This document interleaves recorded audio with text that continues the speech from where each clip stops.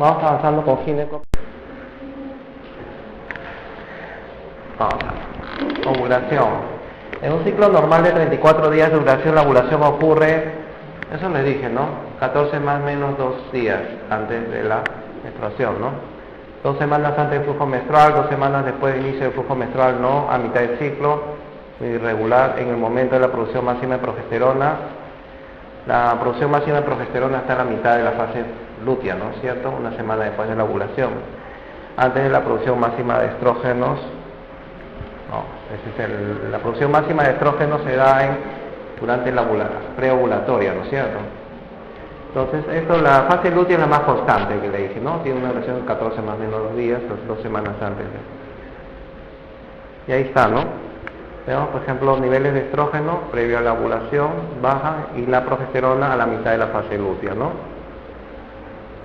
Entonces hay una fase folicular donde están liberando estrógenos y alcanza un pico de 200 picogramos para que pueda producirse el pico de LH, ¿no? Y este pico de LH determina la ovulación, ¿no? Y el cambio de todo el sistema a la producción de progesterona, ¿no? Empieza a producir la progesterona, ¿no? Y los cambios en el endometrio, que se ha ido creciendo las glándulas del endometrio, y después se vuelven secretoras para, si hay una gestación, puede haber una buena implantación y anidar, ¿no? Y este pico de LH que ven acá es importante, ¿no? Porque este es el mecanismo que tratan de inhibir los anticonceptivos. Los anticonceptivos no te inhiben todo, ¿no? Te inhiben principalmente el pico de LH. Entonces, al no haber el pico de LH no hay ovulación. Y en la terapia de emergencia, la anticoncepción de emergencia, lo que hacen es que si la paciente estaba acá, todavía no se producía el pico de LH, te dan progesterona en altas dosis, entonces inhibe la liberación de GnRH, ¿no? Entonces ya no se va a producir este pico de LH, o se desplaza este pico de LH. No se produce o si no se desplaza.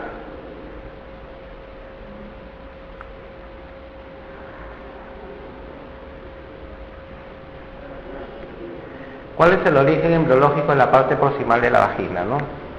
Los conductos de Müller, de Walsh, el neurogenital, pronefros, tesonefros. Vamos a hacerlo rápido.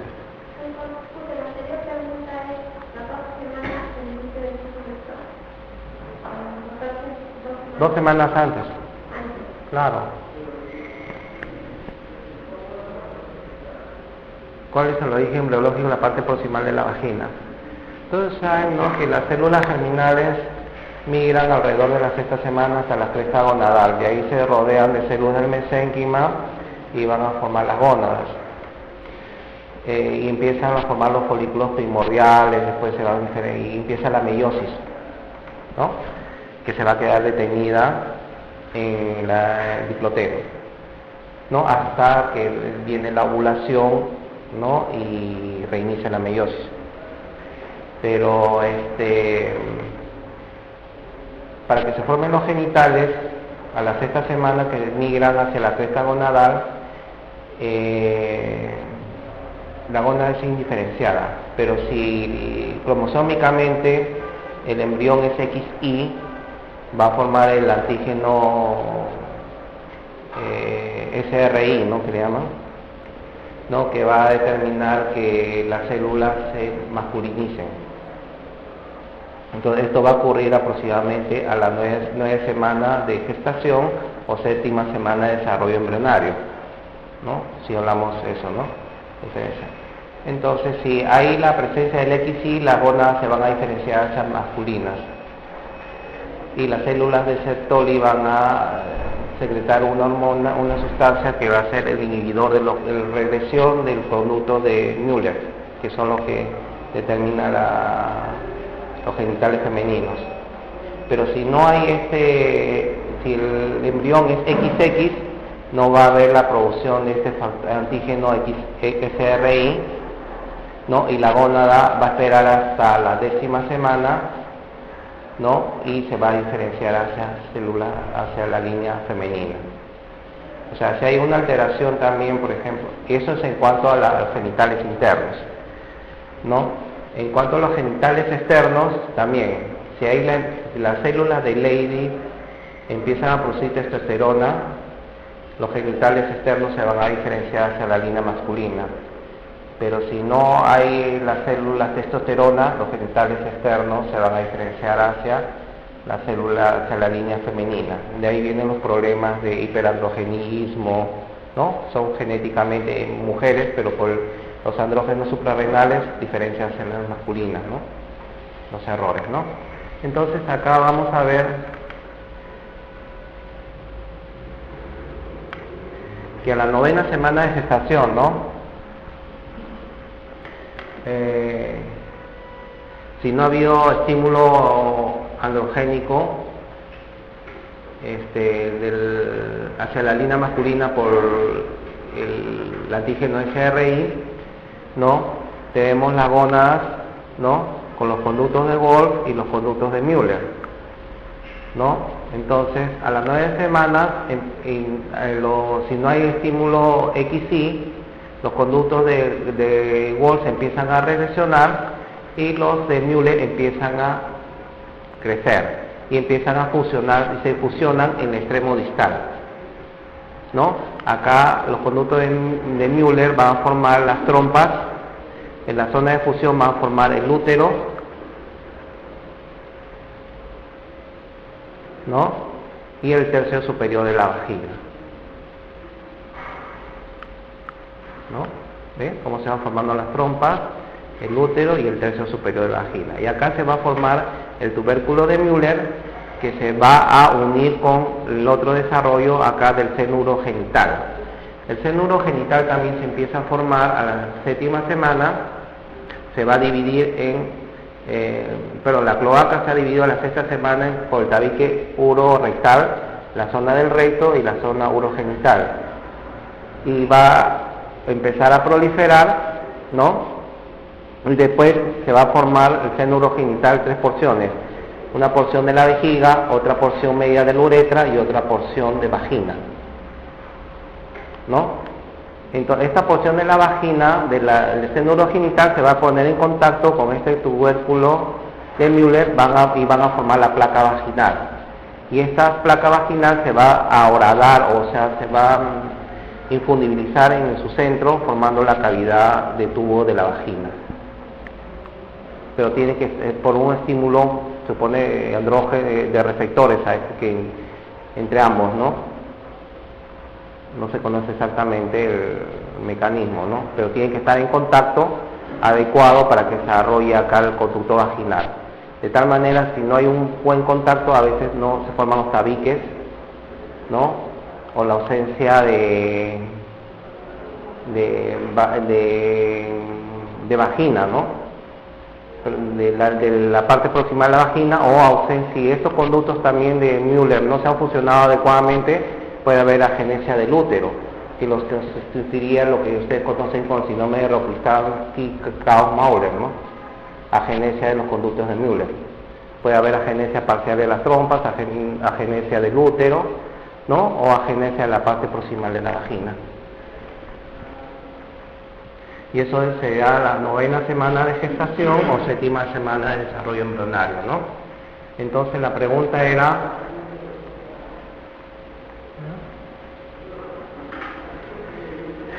la parte proximal de la vagina deriva embriológicamente de los conductos de Müller, ¿no es cierto?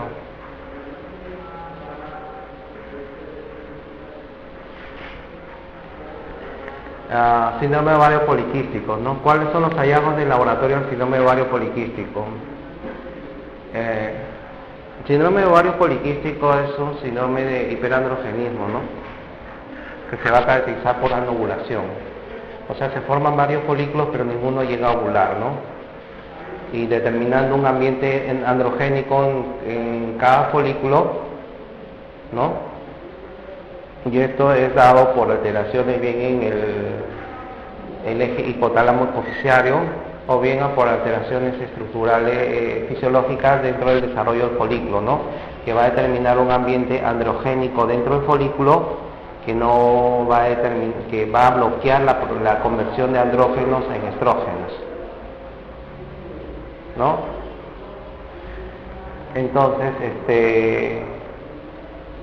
y esto se va a caracterizar por niveles de andrógenos elevados, aumento de la relación LH sobre la FSH mayor de 1, ¿no? Entonces, y muchas veces esto es estimulado también en las pacientes obesas por la resistencia a la insulina. Resistencia a insulina quiere decir que hay exceso de insulina que no entra en las células, ¿no? Y hay una hiperglicemia. Pero esta insulina también es capaz de actuar a través de los receptores de los factores de crecimiento. Y estos factores de crecimiento están en las células de la teca del ovario, donde se producen los andrógenos. Entonces, esta insulina va a estimular estas células tecales y aumentar la producción de andrógenos. Y este exceso de andrógenos va a llevar a inhibir el desarrollo adecuado de los folículos, no dejando que ninguno ovule. Entonces, la relación FSH-LH está disminuida, los andrógenos disminuidos no, hipoprolactinemia tampoco, niveles elevados de estrona tampoco, testosterona libre disminuida no, entonces, todo es al revés, ¿no? Y acá se le han puesto la relación al revés, porque lo que está aumentado es la relación LH sobre FSH, pero acá le ponen FSH sobre LH disminuida, eso es cierto, es lo mismo que decir LH mayor que FSH, ¿no? Sino que FSH menor que LH se está poniendo, ¿no? Entonces la respuesta sería la A, ¿no? Entonces el criterio diagnóstico del síndrome de ovario poliquístico, había bastantes dificultades, ¿no? Porque este elemental describía, pues, pacientes con obesidad o varios trastornos menstruales, ¿no? Y esto ya no decía hirsutismo ni nada por el estilo, ¿no? Y ovarios agrandados de tamaño, ¿no? Pero después de mucho, y así ha habido esto, ¿no? Algunos decían, no, que en el ovario por ecografía deben de ser 8 folículos, necesitaban signos y síntomas de hiperandrogenismo, ¿no? Entonces en Rotterdam se reunieron los expertos en 2003, ¿no? Y establecieron, ¿no? Que para diagnosticar de síndrome de ovario poliquístico debería haber de tres criterios, ¿no? Uno, alteraciones del ciclo menstrual, ¿no? Porque una anovulación va a llevarte, pues, a metrorragias, ¿no? Polimenorreas, amenorreas, oligomenorreas, signos clínicos de hiperandrogenismo como el acné, el hirsutismo. Por ejemplo, en el acné, muchas cremas afuera y todo eso, ¿no? Pero el acné predominantemente es por ovarios poliquísticos, ¿no? Los dermatólogos ya nos están enviando, los acné ya nos quieren tratar, ¿no? Vayan al ginecólogo para que les trate su ovario poliquístico, porque la testosterona estimula la glándula sebácea del folículo piloso y produce, pues, el acné, ¿no? La cutis seborreico, ¿no? También el excesivo crecimiento de vello. Entonces le decía, ¿no? Los criterios de Rotterdam son tres, ¿no? Trastorno del ciclo menstrual, signos de hiperandrogenismo por los criterios de laboratorio y hallazgos ecográficos de 12 o más folículos menores de 1 centímetro, ¿no? En los ovarios, ¿no? En cada ovario. Dos de estos criterios son necesarios para diagnosticar este síndrome de ovario poliquístico. Entonces, el consenso en Rotterdam dice hiperandrogenismo clínico o bioquímico, oligoovulación o anovulación, ovarios con apariencia poliquística en ultrasonido, lo que hemos dicho, exclusión de otras enfermedades, ¿no? Que podrían remediar estas causas, ¿no? Como el síndrome de Cushing, la hiperprolactinemia, la hiperplasia adrenal, ¿no? Dos de estos tres criterios hacen un diagnóstico, ¿no? Entonces siempre hay que excluir que no haya presencia, pues, de problemas suprarrenales, ¿no? Como hiperplasia suprarrenal o Cushing o hiperprolactinemia. Y acá lo que le decía, ¿no? La hiperinsulinemia aumenta la producción de andrógeno ovárico, ¿no? Pero también la hiperinsulinemia va a disminuir la producción de la proteína transportadora de hormonas, ¿no? Sexuales, Entonces va a haber mayor testosterona libre, ¿no? Que junto con la anterior produce un hiperandrogenismo, y este hiperandrogenismo no va a dejar que se produzca la ovulación, ¿no? Ocasionando un ovario de apariencia poliquística.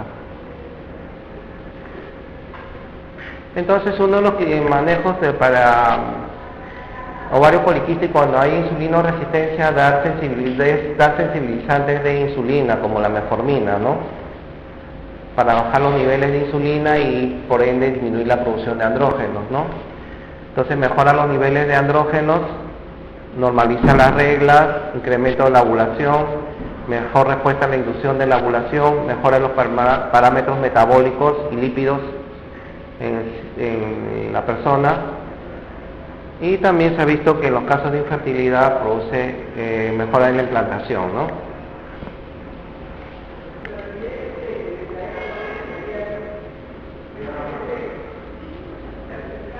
Y reducción de los niveles de testosterona sérica libre, por ende, ¿no?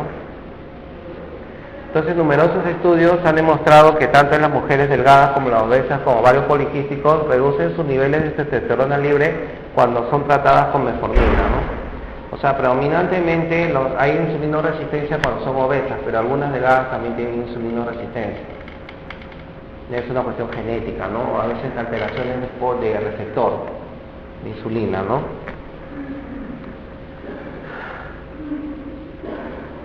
Y también esto puede estar acompañado de incrementos de la hormona transportadora de hormonas sexuales y disminuyendo los niveles de testosterona libre, ¿no?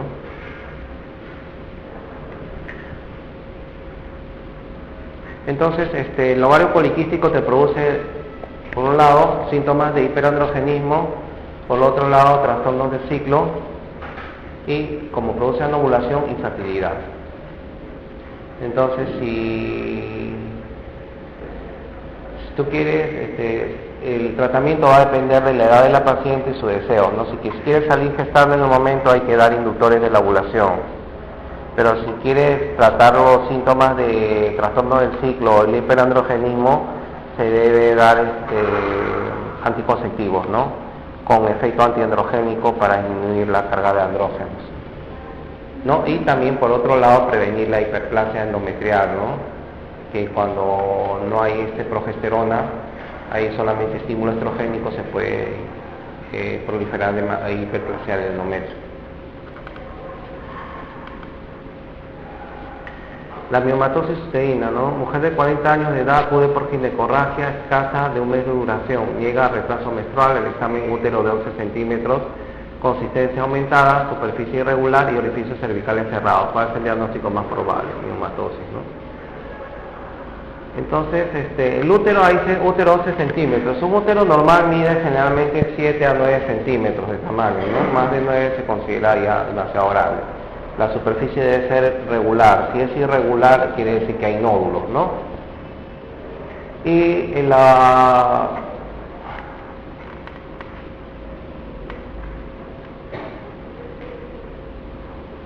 acá tenemos un útero de 11 centímetros, consistencia aumentada, superficie irregular y con presencia de ginecorragia, ¿no? La endometriosis no produce ginecorragia, produce dolor pélvico, infertilidad, ¿no? El embarazo ectópico puede producir sangrado, pero esta no tenía retraso menstrual, tumores anexiales tampoco, adenomiosis tampoco, miomatosis uterina. Entonces, los miomas son tumores benignos de tejido muscular, ¿no? Y de tejido fibroso, ¿no? Dependiendo del contenido de cada uno, a uno le dan fibromiomas, otros leiomiomas, ¿no? Pueden tener localizaciones, como ustedes saben, generalmente empiezan como intramurales, que son los más frecuentes. Muchos de ellos se hacen submucosos, ¿no? Y algunos sucerosos, ¿no? Otros pueden formar pedículos hacia la cavidad uterina o hacia afuera, ¿no?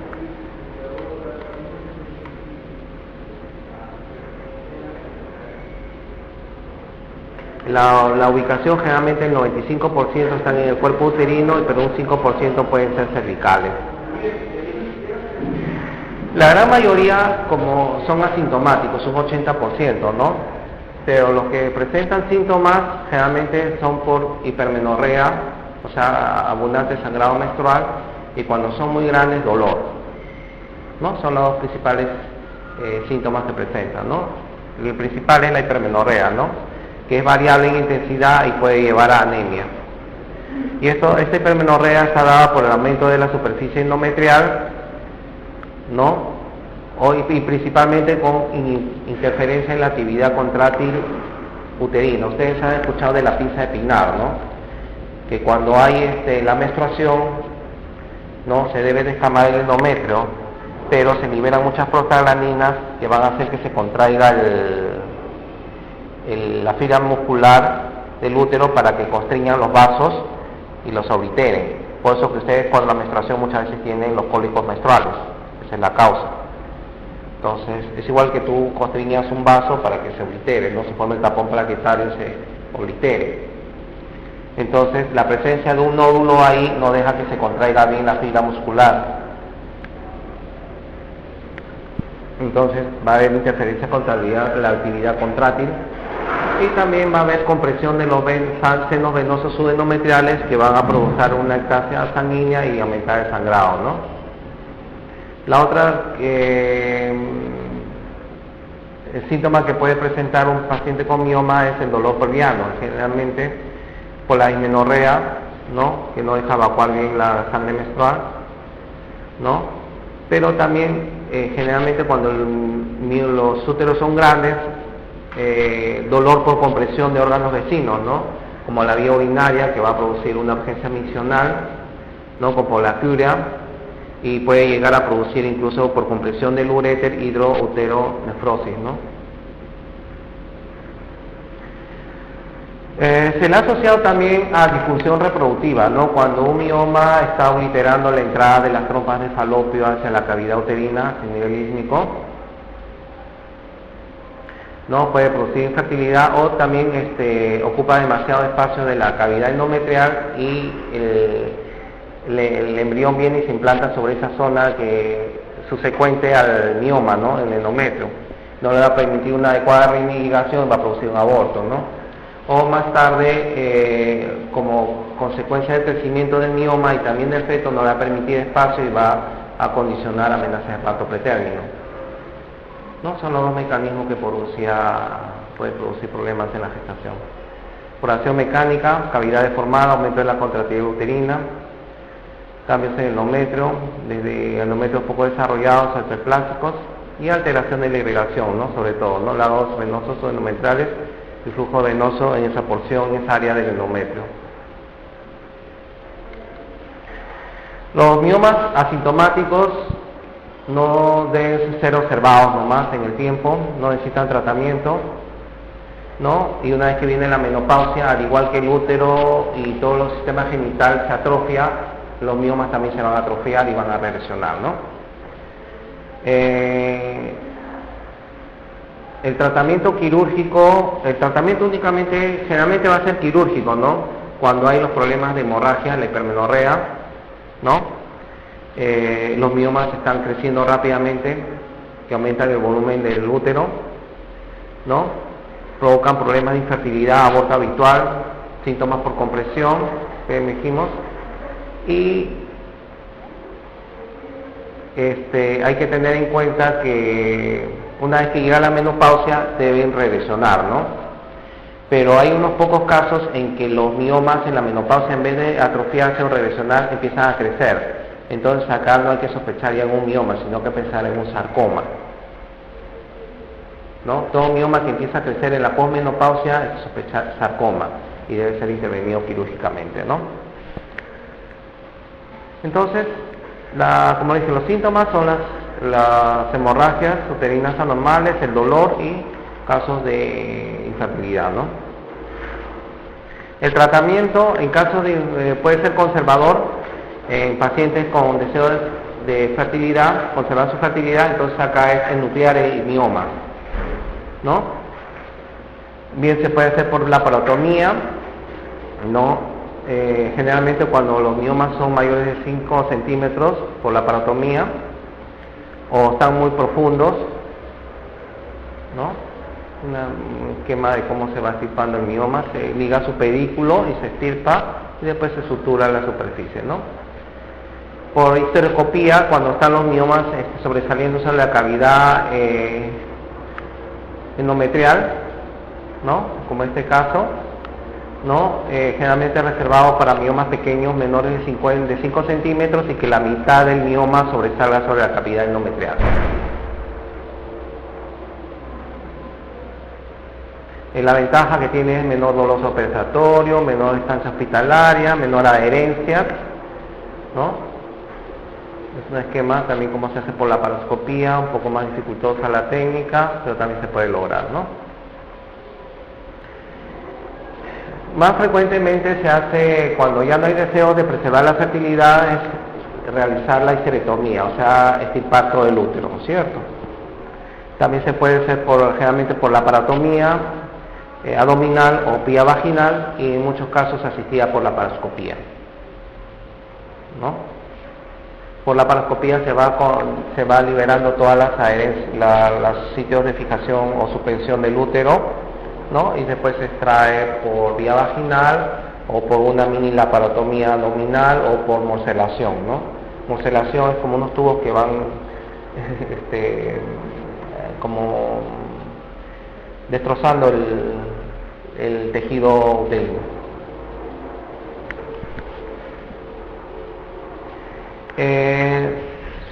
Se ha estudiado también el tratamiento médico de los miomatosis uterina, ¿no?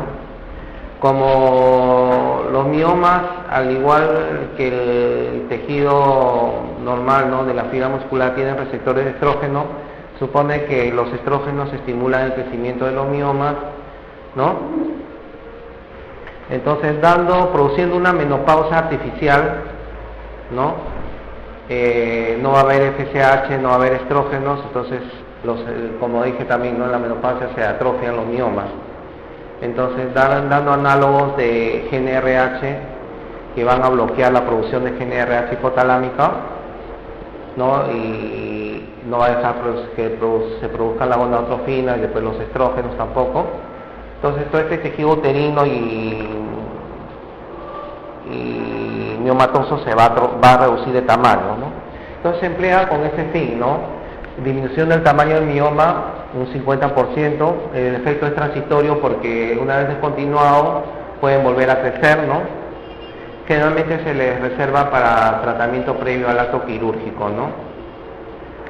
O si no, pacientes que tienen contraindicada la intervención quirúrgica en el momento, ¿no? Y tienen síntomas de unos miomas sintomáticos, ¿no? Otro esquema de tratamiento conservador también es la embolización de los miomas, es obstruir los vasos uterinos, ¿no?, para que no le llegue adecuada irrigación al mioma y se atrofie, ¿no? Reduce el tamaño de los miomas, ¿no? Y tenido éxito del 70% en el caso de las hemorragias y el dolor que provocaba por los miomas, ¿no? En casos de metrorragia severa, como les dije, y que las pacientes no se puedan operar, pero también muchas veces hay una comunicación en la irrigación entre el útero y el ovario, ¿no? Entonces se va a reducir la irrigación ovárica también, ¿no? Entonces puede haber falla ovárica precoz, ¿no? Y también transitoriamente fuerte dolor pélvico, ¿no?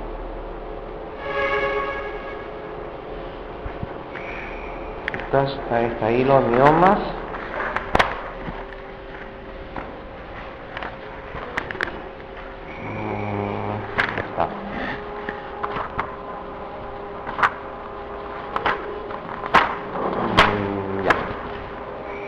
A 7:30.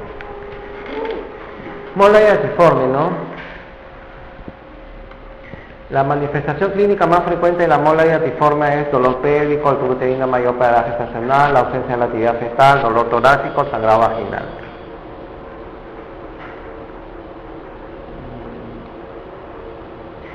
Entonces, ¿qué es la mola y actiforme, no? La mola y actiforme se caracteriza por una degeneración hidrópica, ¿no? Hidroagua, ¿no?, de las vellosidades coriales. O sea, las vellosidades van a estar edematizadas, ¿no?, con ausencia de vascularización y hiperplasia del trofoblasto. Acá vemos un edema vellositario, ¿no?, Entonces, son vellosidades inmaduras, ¿no? Edematosas y ausencias de vascularización, son las tres lo que caracteriza la mola, ¿no? Y se van a ver como uvitas, como esto. Entonces se debe pensar en una mola cuando en el curso del primer trimestre del embarazo aparecen hemorragias, ¿no? O sea, en el 97% de casos, náuseas y vómitos mayores de lo habitual, ¿no? Dado por los niveles de gonadotrofina, ya que como es una proliferación de trofoblasto hay mayor cantidad de gonadotrofina. Exceso de gonadotrofina coriónica, como dije, puede haber desarrollo temprano de síntomas semejantes a la preeclampsia. La gonadotrofina coriónica puede estimular la tiroides y producir aumento de las hormonas tiroideas, ¿no? Y puede llegar a producir incluso insuficiencia respiratoria aguda, muy raro, ¿no? En la exploración del examen clínico se observa generalmente una desproporción entre el tamaño uterino y el tiempo de la amenorrea. Generalmente el tamaño uterino es mayor para el tiempo de la amenorrea, en la mitad de los casos, 50%, ¿no? La ausencia de latidos fetales, tenemos un útero grande y no hay latidos fetales, ¿no? Y el diagnóstico nos lo va a dar la ecografía, ¿no? Y la gonadotrofina, que va a estar más elevada de lo habitual.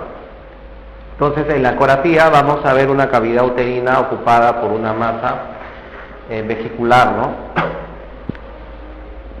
Y la gonadotrofina elevada, ¿no? Y no hay embarazo, feto. El tratamiento de esta mola debe ser la evacuación uterina mediante aligrado por aspiración, ¿no? De preferencia. O en las pacientes que ya tienen la paridad satisfecha, pueden solicitar también la histerectomía, ¿no? Como una medida más radical, ya que luego de la evacuación uterina de la mola hay que hacerle un seguimiento de que no haya quedado tejido trofolástico residual, ¿no? Entonces hay que hacer después de la evacuación determinaciones semanales de gonadotrofina hasta tener 3 títulos negativos y luego controles mensuales hasta 1 año. Y durante todo ese año la paciente no debe salir gestando, por lo que debe ser usar un anticonceptivo de preferencia hormonal. Si durante todo ese tiempo de observación los títulos de gonadotrofina ascienden o permanecen en meseta, hay que pensar en una enfermedad trofoblástica persistente, ¿no? O una metástasis de la mola, ¿no? Porque la mola, si bien no es un cáncer, puede dar metástasis, ¿no?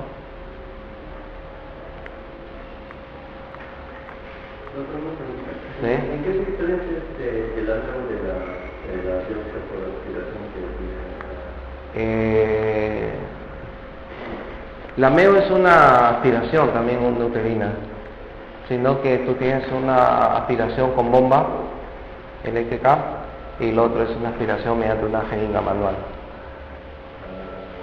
¿no? Y los dos son legrados por aspiración. Lo otro es con cucharillas cortantes, fenestradas, ¿no? Ahora, en la mola lo que ustedes tienen que diferenciar dos cosas, ¿no? La mola completa y la mola parcial. Y la mola se dice que es en la completa generalmente es diploide, es 46X y, ¿no? Y esto se produce por se dice que la cromatina o el ADN es de origen paterno. Se produciría por la duplicación o la fertilización de un óvulo por 2 espermatozoides, con la anulación de la carga genética del óvulo. Entonces la mola completa va a ser 46X, ¿sí? Pero no va a haber feto. En cambio la mola parcial es triploide, es 69XXY o 69XYY, ¿no? Aquí ha habido doble carga cromosómica por el espermatozoide más del óvulo. Entonces acá puede haber feto o partes fetales, ¿no? Y áreas focales de mola, ¿no? Pero de todas maneras esos fetos que están desarrollando tienen múltiples malformaciones. Entonces en la mola parcial puede haber latidos. No, no son compatibles. Son trisomías. No, triploidías, perdón. Entonces, la manifestación clínica más frecuente de la mola es el sangrado vaginal, ¿no? Acuérdense que en el primer trimestre del embarazo puede producir 3 cosas de sangrado: aborto, el embarazo ectópico y la mola. En cambio, el dolor torácico, si es que metástasis, la ausencia de actividad cardíaca, actividad fetal, puede haber mola parcial.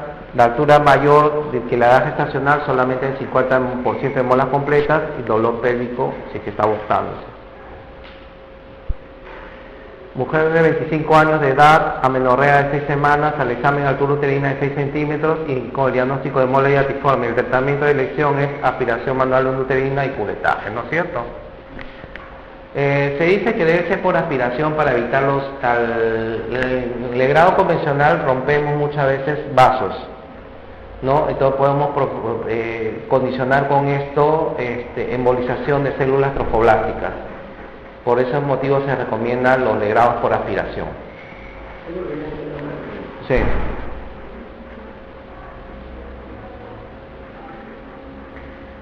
Embarazada, aquí le terminan el embarazo por clínica de mola. El tejido resecado tenía vesículas. Entonces es una mola completa, incompleta, coriocarcinoma, enfermedad infiltrante, ¿no? El coriocarcinoma no tiene vesículas. La que tiene vesículas es la mola completa y la incompleta parcialmente, ¿no? Pero acá no te dicen partes fetales, entonces acá la respuesta es mola completa. Eso ya lo dijimos.